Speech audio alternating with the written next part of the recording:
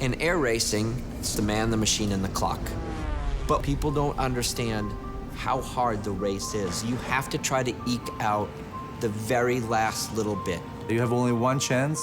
There's 1 minute, you can fit everything in, and there's no room for any mistake. We want to be level at the gate and finish the turn as late as possible.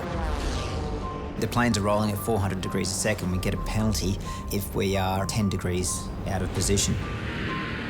So you have about a half of a tenth of a second to stop it there. These kind of values are amazing when you think about human reaction, and we're doing this, of course, well over 300 kilometers an hour.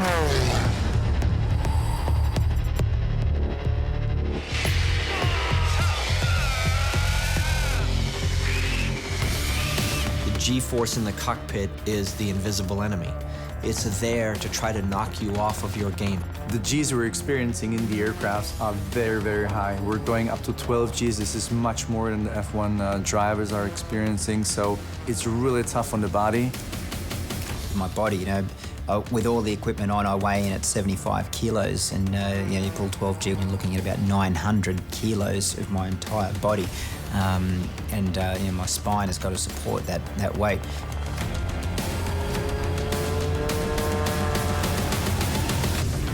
Your whole body has to be stretched and compressed, but your hand has to be still smooth and clean. Your hand weighs 10 times its weight, and it's on the stick. And when you're trying to move the stick just millimeters to make the right amount of G, it's very difficult to get that precision. There's a muscle memory involved in this. There's no instrument you can watch. We don't watch a meter that goes up slowly to 10 and then we stop there and turn. It's instant. It's 0.03 seconds to 10 Gs.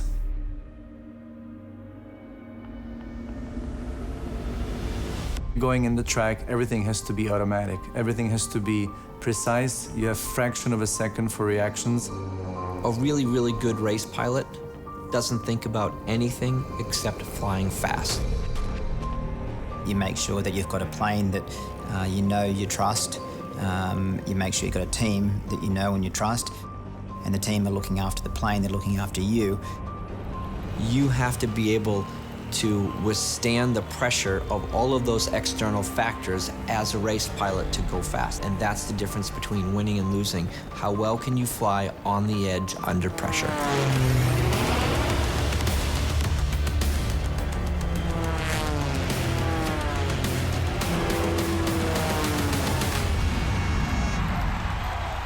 Only the very best need apply. The RedBull Air Race World Championship specialises in brilliance, and 14 of the world's best pilots have that quality to compete at the highest level. Since its return in 2014, the RedBull Air Race has increased in intensity and rivalry with every year. In 2018, races were often decided by thousandths of a second, a matter of centimetres at the finish gate. It produced one of the most exciting seasons ever. Any one of 3 pilots could have become world champion at the final race. They were separated by just 7 points going into the season finale in Fort Worth, Texas. American Mike Goulian was the shop front runner, transformed from regular midfield player to the coolest of title contenders by changes to his team and plane, and by winning the season opener in Abu Dhabi. Mikey Goulian wins the season opener!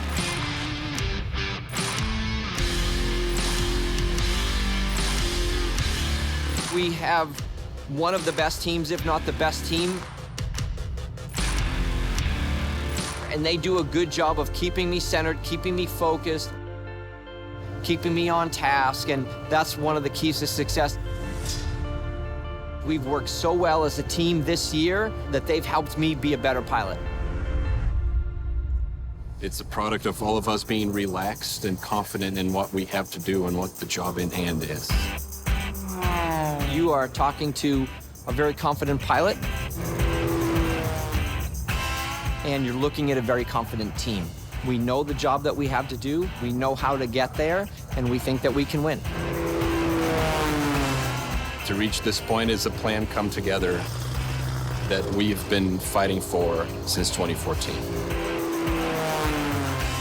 We've ratcheted up our intensity, we've kept it the whole year, and we're going to do that in this race too.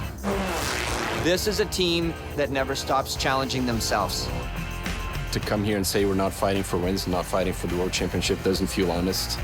Of course, that's what we're here for. It's crunch time.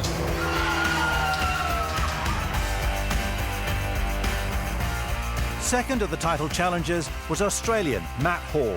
After finishing championship runner-up in 2015 and 16, he changed to a new plane in 2017 and spent the year developing it to the highest level, ready to relaunch himself as a champion in waiting.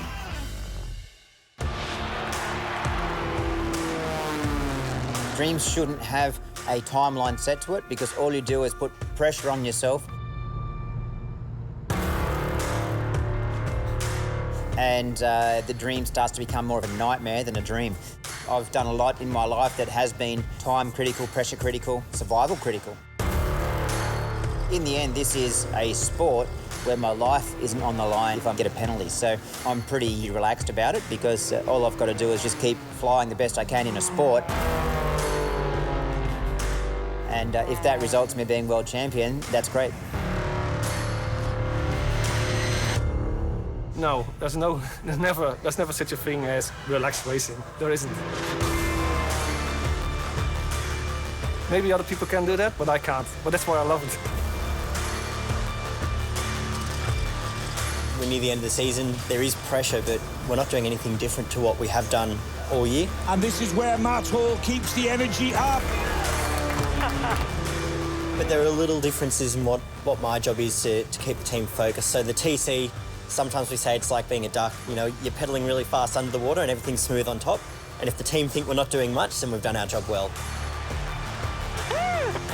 Awesome. Thank you, Jimmy.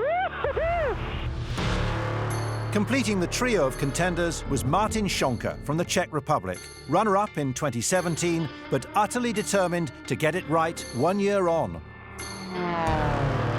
When it came to the crunch at the final showdown in Fort Worth, 3 soon became 2, because Mike Goulian ran into all kinds of problems with his plane and dropped out of the running. His engine lost power, and he couldn't match the performance of his rivals.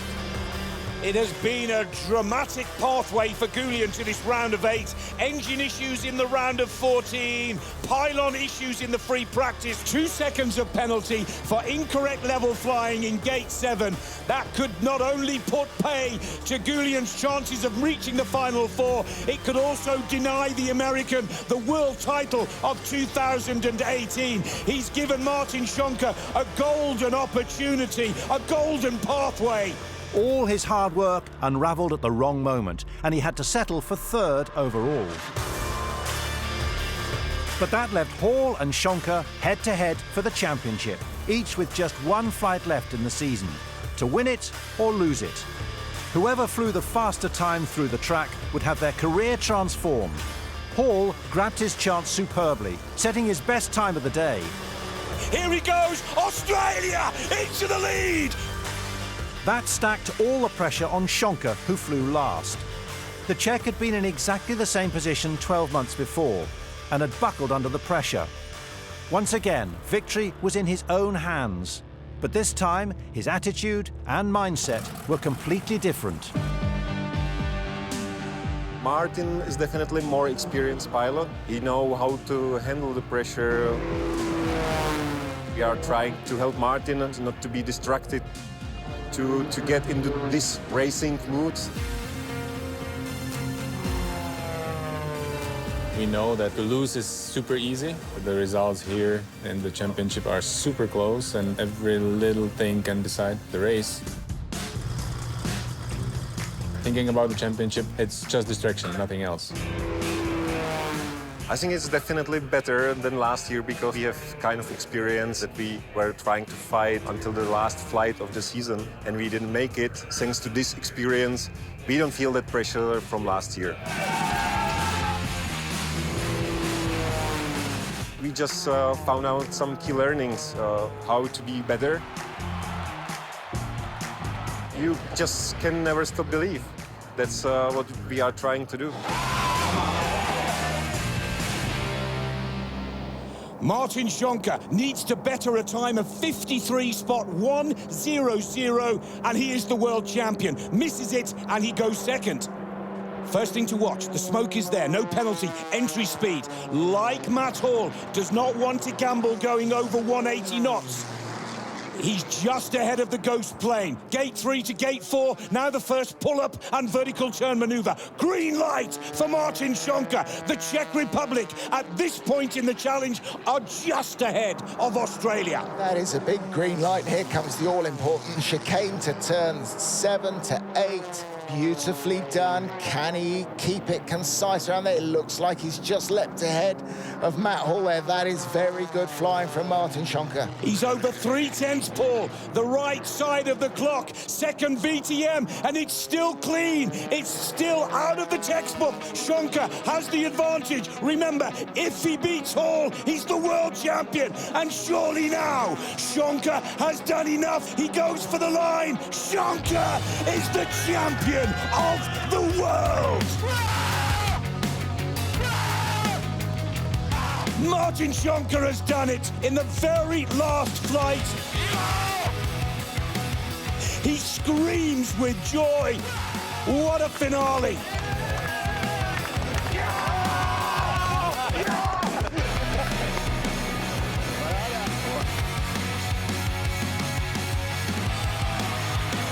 Schonker proved a point to himself and his rivals, underlining the extreme level of performance that he and all masterclass pilots need to produce consistently to win races and to become Red Bull Air Race world champion. Success demands the maximum, pushing teams and pilots to the limit. As in every motorsport, it requires the finest race machinery. Red Bull Air Race planes are designed to be fast, light and supremely agile, but also robust and durable enough to tolerate stresses up to 12 times the force of gravity. Not even fighter jets can pull up through the air as quickly as these small one-seater race planes. The most popular is the Edge 540, but the MXS is a state-of-the-art rival. Each plane has a wingspan of around 7.5 meters. It's around 6.5 meters long. As with every aerobatic plane, the wings have a symmetrical design that allows them to fly upside down just by pitching the nose up. Each plane can climb through the air at more than 3,500 feet per minute. The roll rate is 420 degrees per second. For safety and a fair competition, each plane runs a standard engine and a standard propeller, unique to the series.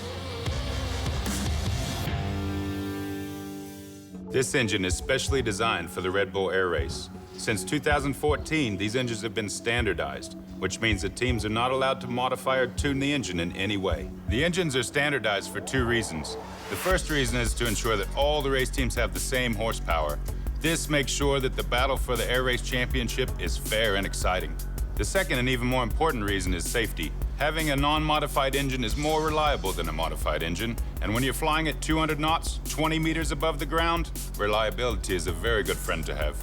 Masterclass race engines are horizontally opposed, 6 cylinders that are air-cooled. These engines produce about 320 horsepower at 2,950 RPM. Once on the track, these engines run at full throttle throughout. These engines are fitted with a Christian inverted oil system. This system consists of a couple major components, an air oil separator and an oil valve. Both of these components have weighted valves inside so that gravity affects them when the aircraft turns inverted, and they ensure that oil supply is maintained to the engine in any aircraft attitude. With the help of the air oil separator and the oil valve, this simple system allows the aircraft to fly inverted with oil supply being maintained almost indefinitely. As with the engine, the propeller for the Red Bull Air Race World Championship has been standardized since 2014. The Air Race propellers are 3-bladed Hartzels. They have 7690 blades, built mainly of Kevlar with a stainless steel shank. They also have a nickel erosion shield on the leading edge. Before these became standardized propellers, most of the pilots were using them anyway because they were the best you could get. But how does the propeller work? The design of the blade is very similar to that of the wing of the aircraft. The wing has an angle of attack to the incoming air in order to produce lift.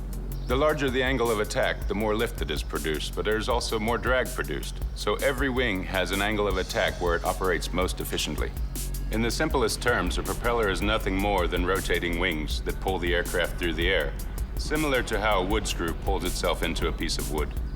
As we said, there is a specific angle where a wing works most efficiently, but for the propeller, two velocities come into play: the rotational velocity of the propeller and the forward velocity of the aircraft. The result is a relative airflow to which the angle of attack of the propeller should match.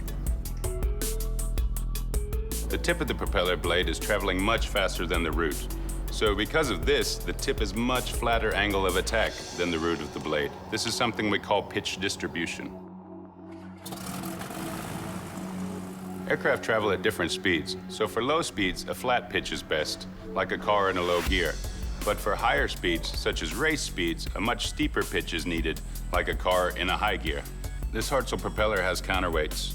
When spinning, these counterweights try to force the propeller to a high pitch angle. This force is opposed by an oil pressure on the backside of the hub, which tries to force the blade to a low pitch angle. This system allows the pilot to control the pitch of the propeller from the cockpit. This is what we call a constant speed propeller. Besides the engine and propeller, there's not one stock part on any of the Air Race planes. Each one is engineered and tuned to perfection for maximum performance. They have a minimum race weight of 697 kilograms. Moving the weight towards the tail means the rear wing has to produce less downforce to keep the plane balanced. Less downforce means less drag, and less drag means more speed. But the plane may become more nervous and difficult to handle, twitchier in one of the pilot's favorite words. The most visible tuning part is the winglets or wing tips. The idea is to reduce the vortices at the end of the wing. The smoother the airflow, the less drag, and the more speed for the plane through the track.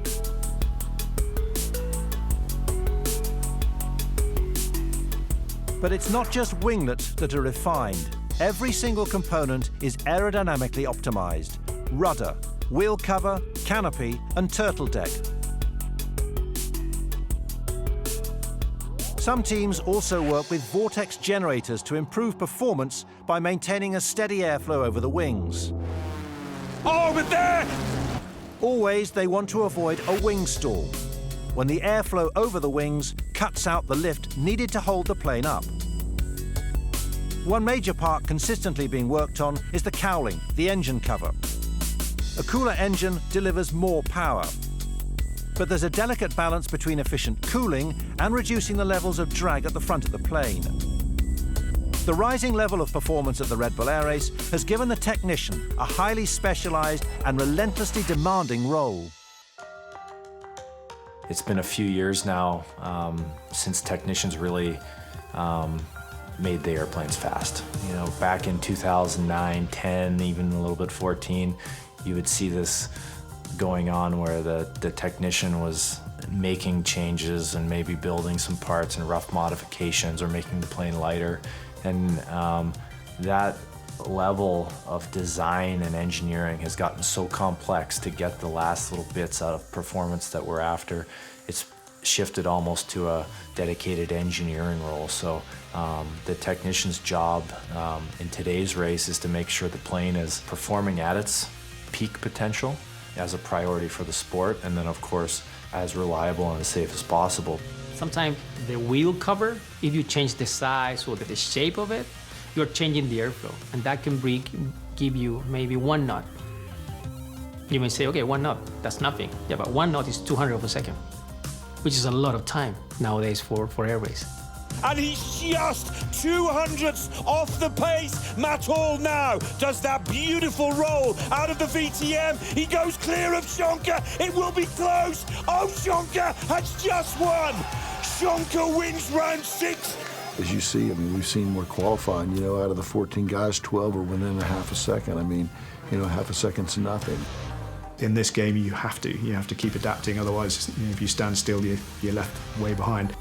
One of the keys to a competitive plane in 2018 was to add water to the air cooling system, or running the engine wet, as the pilots say. I'm not sure it's the big advantage that everybody thinks that it is. Our airplane tends to run very hot, and we end up having to cool our cylinders with fluid, and we've done that pretty well to keep our engine temperatures under control during the race. If you copy other teams, you're always one step behind. You need to be, or try to be, the first one to implement the modification and then let them copy you, but they will be behind you. Innovation and creativity, two priceless skills which can dramatically improve a team as well as the confidence of the pilot. Francois Levotte made a significant step up after hiring technician Tobias Odenwald, who won the 2016 championship with Matthias Dolderer.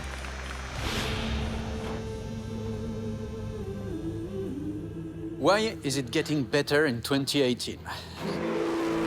First, I think I'm much more confident in the plane. I finally managed to set up the plane as I wanted to.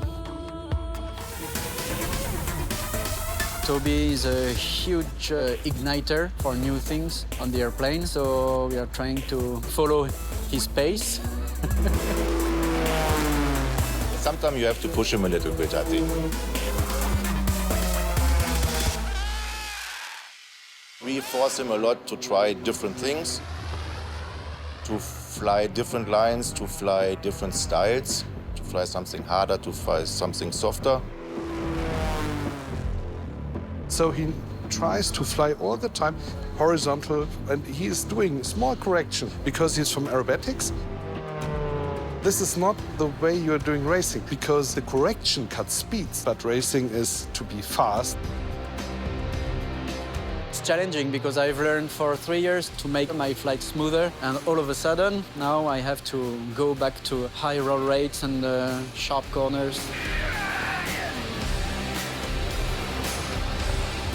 Francois is one of the best pilots I'd ever worked with. If I tell him he has to fly a maneuver in a specific manner, then he just reproduces it.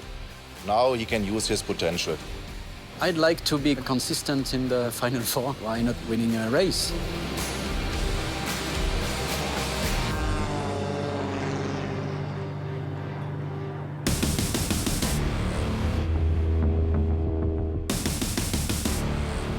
The idea behind the air race is simple. The pilots have to fly through a track laid out with inflatable pylons. Over the years, the pylons have become a symbol of the Red Bull Air Race, but they've changed dramatically in construction and safety. In 2019, each pylon stands 25 meters high in a cone shape, measuring 5 meters around the bottom and 75 centimeters around the top. They're all made from a special sail material, which allows the pylon to burst instantly on impact with a plane. Each one is divided into 9 segments. That means only the damaged part has to be replaced when a pylon is hit. Lap 2, he's looking quick, he's picked up a penalty, it's gate 9, he's clipped the pylon, and that is the maximum of 3 seconds penalty. This design enables the airgator crew to change a pylon in as little as 90 seconds. Each track includes pylons that can either stand alone, form an airgate as a pair, or be part of a line of 3 in a chicane. They can be placed anywhere over land or water, which allows the series to race across a range of unique, exotic, eye-catching locations all over the world.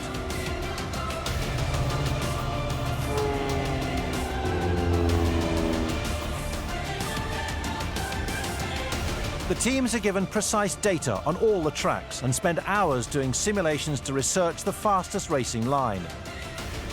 Finding the best line is a constant challenge. Different approaches suit different pilots.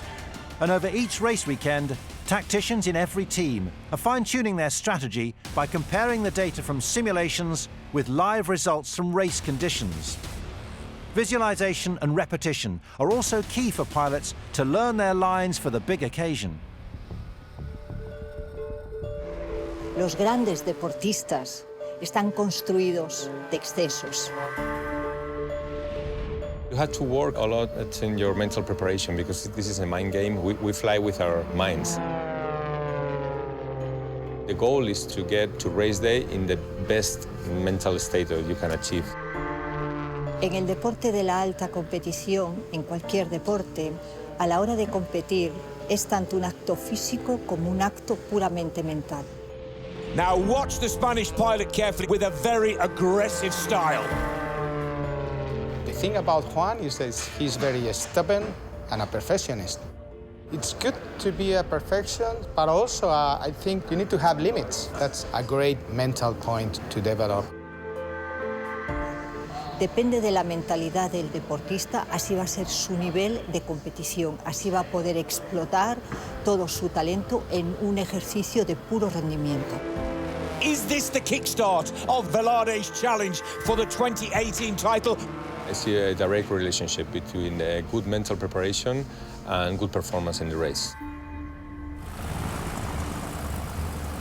Watch for the ghost plane of Schonka, because this could be a big surprise here. Juan Velarde is just ahead now, just behind. Here comes Velarde. Has he got a little extra speed? Penultimate gate, and now to the Hamilton gate. He's just missed it. To make the races even more dramatic and exciting for the thousands of fans around the world, the Red Bull Air Race is flown in a series of duels. The pairing for the first 7 duels in the round of 14 is based on the qualifying results. Fastest against the slowest, second fastest against second slowest, and so on.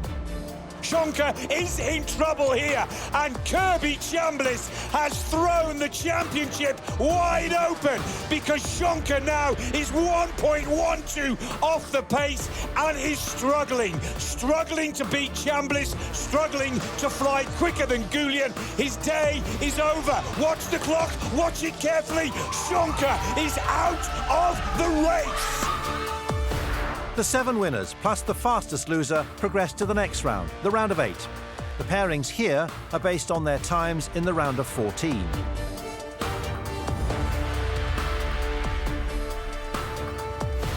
The 4 winners in the round of 8 then progress to the final 4, which is pure racing against the clock. The fastest time wins the race. As Goulian goes for the line! It could be a win for the Czech Republic. It looks to be Schonka's race. Matt Hall comes late, comes fast. Will it be America or Japan? A quarter of a second. Mikey Goulian wins the season opener. New for 2019 is a revamped points system to make the races more thrilling and the championship even more competitive. A race winner will now earn 25 points instead of 15.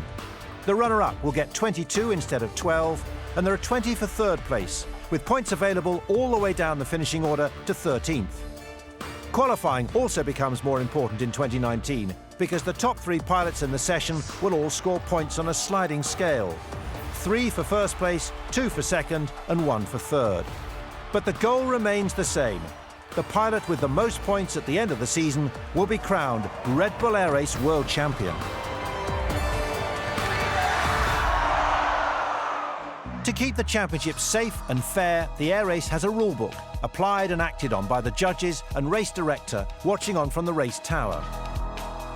Rule 1 is smoke on. 18 Kopstein cleared into the track, smoke on. Pilots must ensure their plane is producing smoke from the exhaust. Failure to do so incurs a 1-second time penalty. Rule 2 is entry speed. Each track has a set speed, which the pilot mustn't exceed through the start gate. If a pilot goes faster by under 2 knots, it's a 1-second penalty. If it's 2 knots or more, it's a DNF, did not finish.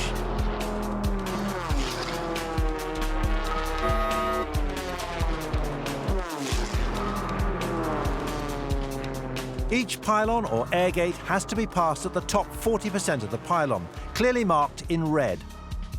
The reference point is the pilot's head, and if it passes below or above that level, it's a 2-second penalty for flying too low or too high. Oh, 2 seconds of penalty for Kirby Chambliss. He's gone too high. Flying through the gates, wings have to be level. There's a tolerance of 10 degrees, so if it's more than 10, it's a 2-second penalty. Pilots are not allowed to climb or descend in the gate. If they do, 2 seconds will be added to their time. Hitting a pylon is spectacular, but it's also a 3-second penalty. Hit another pylon, and it's another 3 seconds. Hit a third on the same run, and it's a DNF. The pilot is out of the race. Gate 9, he's clipped the pylon, and that is the maximum of 3 seconds penalty. Staying within the limits of the track is critical. If a pilot gets his angles wrong and crosses the safety line, a defined boundary between the track and the crowd, the penalty is immediate disqualification.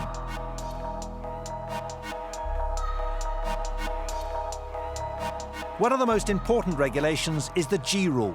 Modified for 2019, pilots can now pull up to 10.99 G with no penalty. More than 11 adds 1 second, and more than 12 is an instant DNF.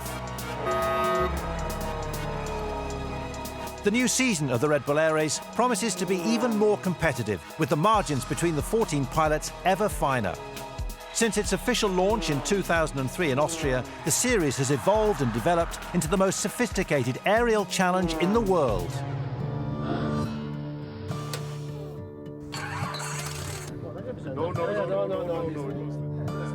The very first race was just here in Zeltweg, behind me, 12 years ago. It was quite adventurous. It was the first time I heard about some plans, was in around 2002. I made some drawings with the gates, with the starting gates, finish gate, and also with rounded gates, and gates with the lever, gates with the knife edge. Peter Bischney called me. My phone rang at about 10 o'clock at night, and I was at home, and it was Peter explaining his idea, and I thought he was completely mad. I said, yeah, I'll do it. It sounds great. Bonham will do it as well. It sounds mad enough for him. And that's how it started. And we've had a great time ever since.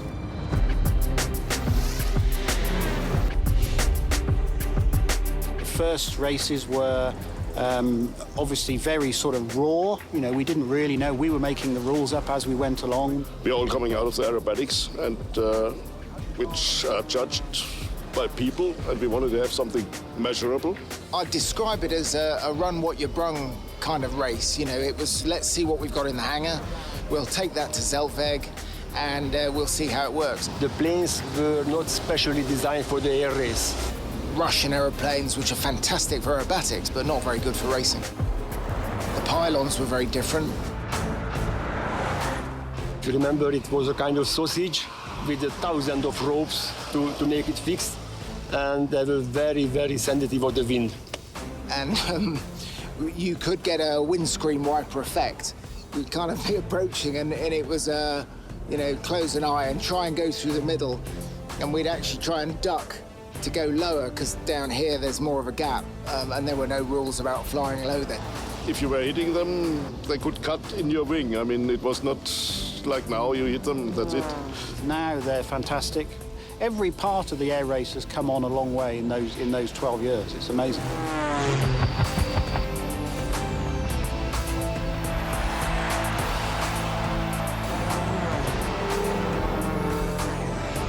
So it has developed as a motorsport to where we are now. Now everybody is more competitive. The guys are now spending a tremendous amount of time and money to save 100th of a second. I think it's great, you know, I think it's a better spectacle than it ever was, so it's come a long way.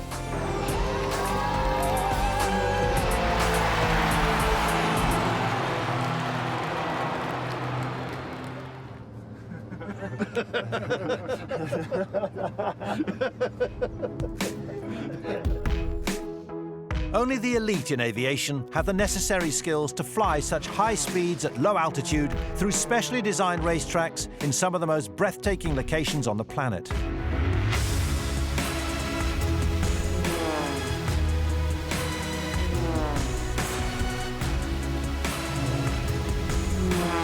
The current championship format, with pilots from all corners of the globe, is a world away from those pioneering days when Kirby Chambers took his place among the original starters. The American is the only pilot from that era still competing, and his track record underlines why.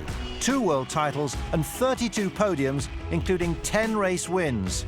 He's one of the biggest names in aviation, staying hungry and successful by keeping pace with change, improving the plane, embracing new technology, and recruiting new team members to maintain maximum performance. Some of the team will be changing, but you know that's inevitable. People go on and have different parts of their life, and you know their life changes. So, you know, I think that we'll be really competitive for 2019. One of his recent recruits was tactician Paolo Escold, who helped 3-time world champion Paul Bonham dominate the sport until he retired in 2015. Chambliss signed him up and saw the benefit when he won 2 races in 2017 and could have won the title.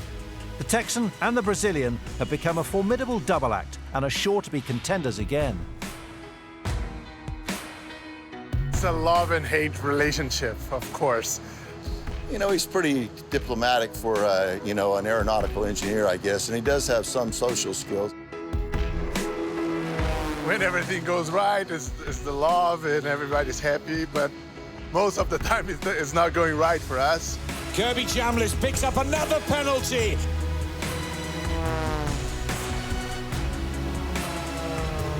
If I didn't believe in what he was telling me, there's no reason for me to have him, right? I think he's the best guy for the job.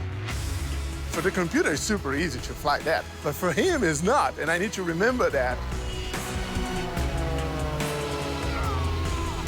When I asked for a little bit more G and like 0.1 of a G more, he's like, do you really think I can do that inside the cockpit? And I said, yeah, of course, you're Kirby Chambliss. And Kirby it's one of the best pilots in the world, if not the best. He also is good about letting me know, hey, even if we don't take first place, we need those points. The American is in the hunt. We do need to look at the bigger picture and to win the championship.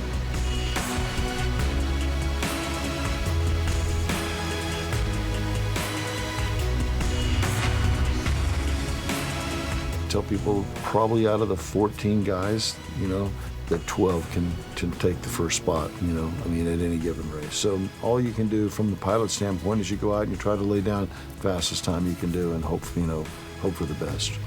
The challenge from the next generation became clear in 2018. Chambliss was knocked out of 2 races by Britain's Ben Murphy, making his series debut.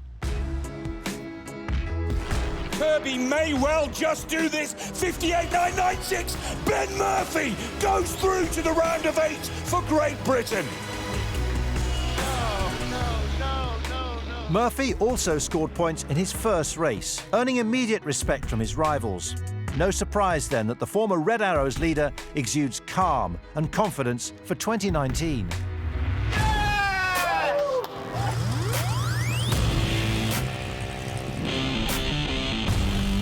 To be honest, for me, the move up to the Master class from the Challenger class has probably been different to most people's experience. For me, the pressures were actually reversed because my background, like the Red Arrows, where I led a team of 100 people and 13 aeroplanes. So I'm very much used to having that team structure around me. It just helps completely clear your mind of all the other distractions, which is exactly what you need for a sport like this. We know the aeroplane's working, we know the team's working. That confidence in the game plan is to be in the round of 8 every single race. Back-to-back Final Four appearances in the last 2 races ensured that Murphy became the most successful graduate from the Challenger Cup, a mighty achievement to confound all expectations. Ben may be a rookie, but he's learning his craft very quickly indeed. A career best of 5th in Kazan, Russia. We've learned a huge amount this year. We're going to learn a huge amount next year. We can link that hopefully directly to performance in the coming years. But quite often you see guys or teams doing very well and then they sort of trail off in the second year and then peak again, and it's just making sure that the trajectory is always upwards. Murphy's impact was mirrored by another of the sport's rising stars. Mika Brajot of France finished 4th in the 2018 championship in only his 2nd season. He's the youngest of the Masterclass pilots at 31. He moved up from the Challenger Cup in 2016, when he spent the year being mentored by the 2014 champion, Nigel Lamb. I think for Mika to come in through the Master Mentoring Programme meant he got to know us as a team already, so he found it a lot easier just to slot in. It was the opportunity to share any single element from the air race and the race atmosphere as well, coming from cleaning the plane to organizing the week and seeing what it is to fly a high-performance race plane in the track. And then at the end of the season, it was like a natural turnover from Nigel to me. Mika, Mika, Mika, Mika, Mika. He's a very easy guy to work for, and I think as a whole team, we respect him massively. My dad was very different. We would discuss our tactics and what we wanted to achieve on that flight, and he would go out there and fly it. And then if we wanted to make any changes or adaptations to the line, we would incrementally get closer to our target. Whereas Mika will fly what you want, and then he will do a drastic change to test the limits of the changes we want to make to the line, and then be able to back off and find a happy medium. In my championship year with Nigel, we didn't know what it was like to not be in the Final Four. Now, I think we have gelled even stronger. We have all of the previous emotions from not doing so well to doing better, and now we are just gunning for Mika to get through to the next round.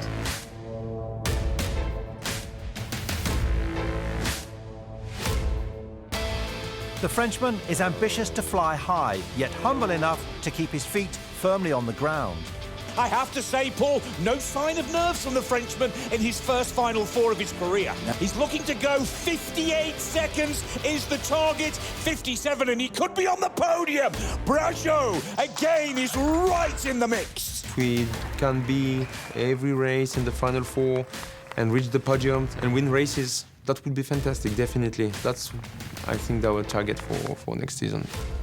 Another French pilot, Nicolas Ivanov, is at the opposite end of his career.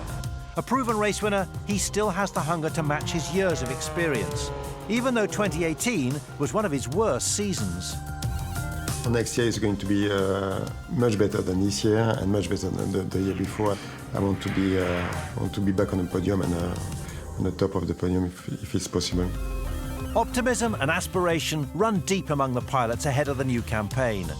Rested and refreshed, each one sees 2019 as their chance to shine. 2019 will be better. I believe that this season will not repeat again. Now I have all the knowledge because I have 2 full seasons. So now I'm in a second step, which is a mature step. And from that point, I will perform in a better way. So we're gonna be very strong in Abu Dhabi for sure.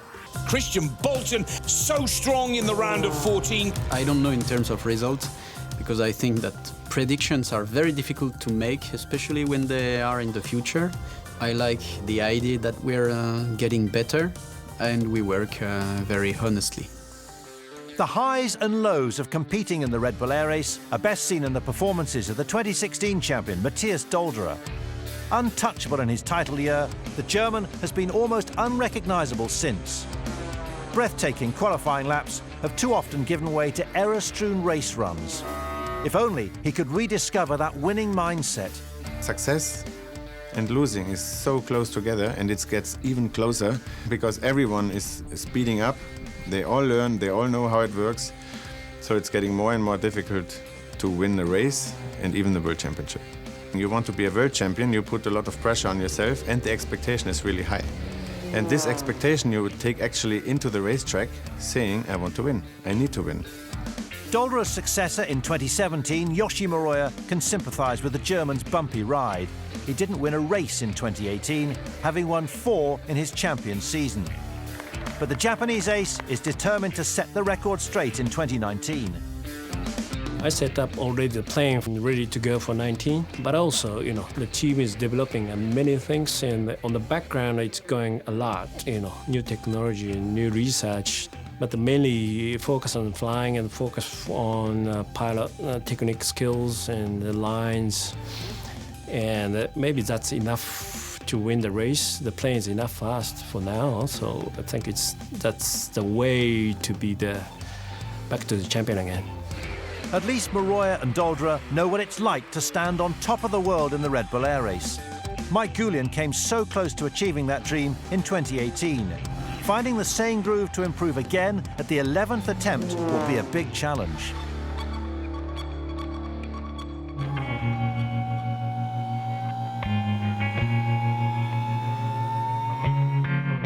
I think that almost anybody can learn how to fly an airplane. It's just a learned skill.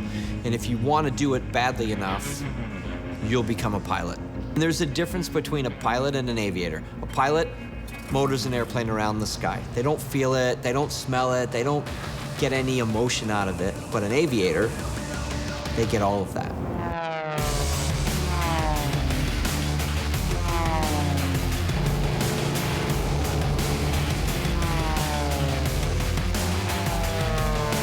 cognizant of the fact that what I'm doing is pretty on the edge.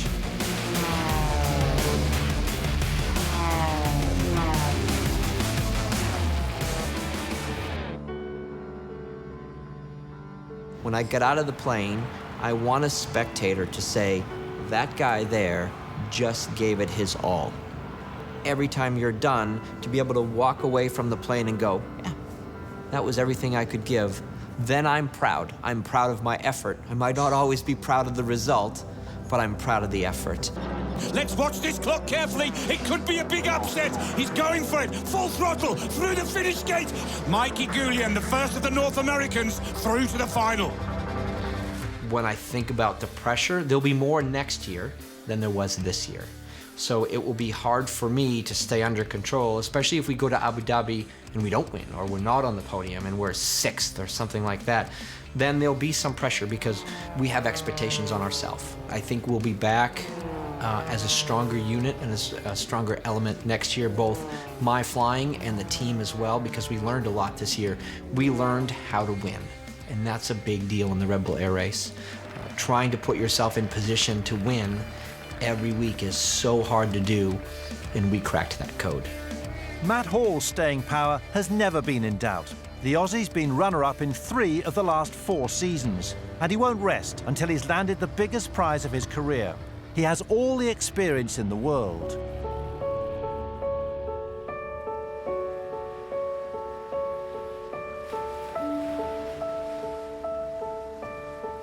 I don't recall thinking ever, that's it, I'm going to be a pilot.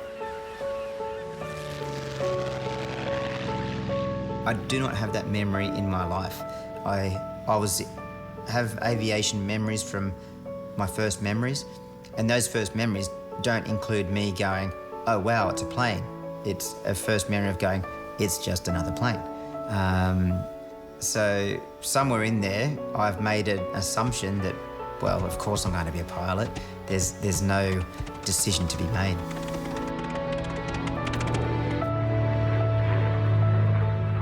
What I've realised over time is that setting something like becoming world champion, that's a dream, it's not a goal. So my dream is to become world champion. Am I going to become world champion this year? Oh, be awesome, but I don't think you should put a timeline on a dream, because all it does then is your dream becomes a nightmare if you're not making the timeline. So the dream should be something that's just out there.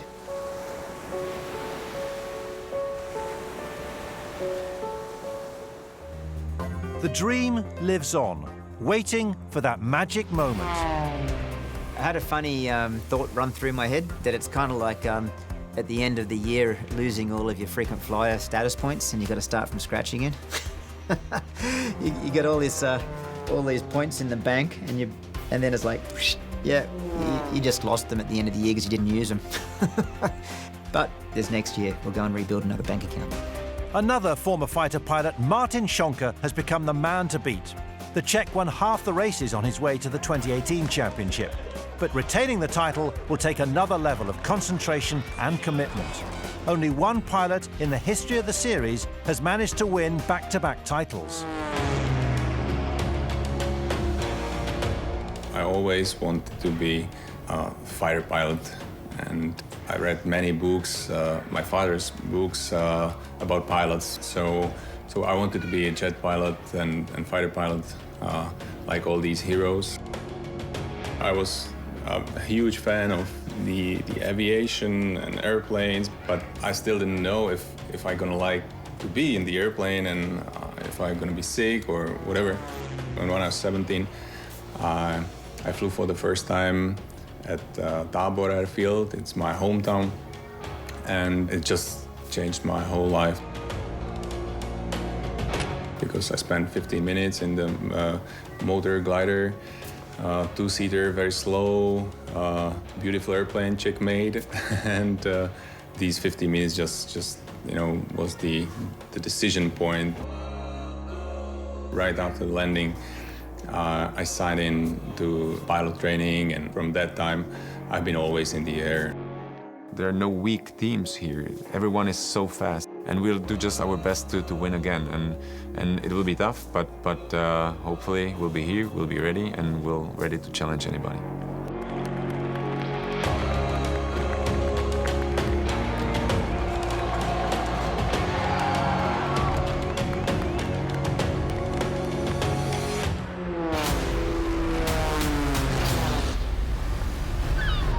This is the moment that we won't forget.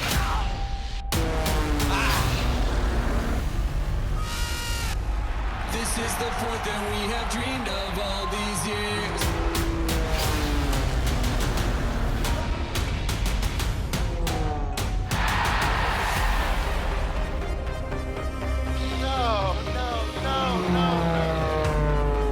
Time on it!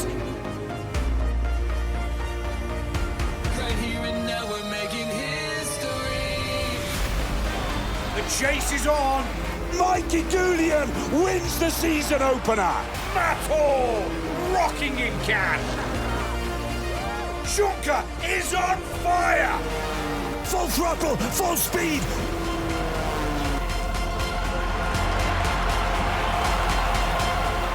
Juncker is the champion of the world. Martin Juncker has done it in the very last flight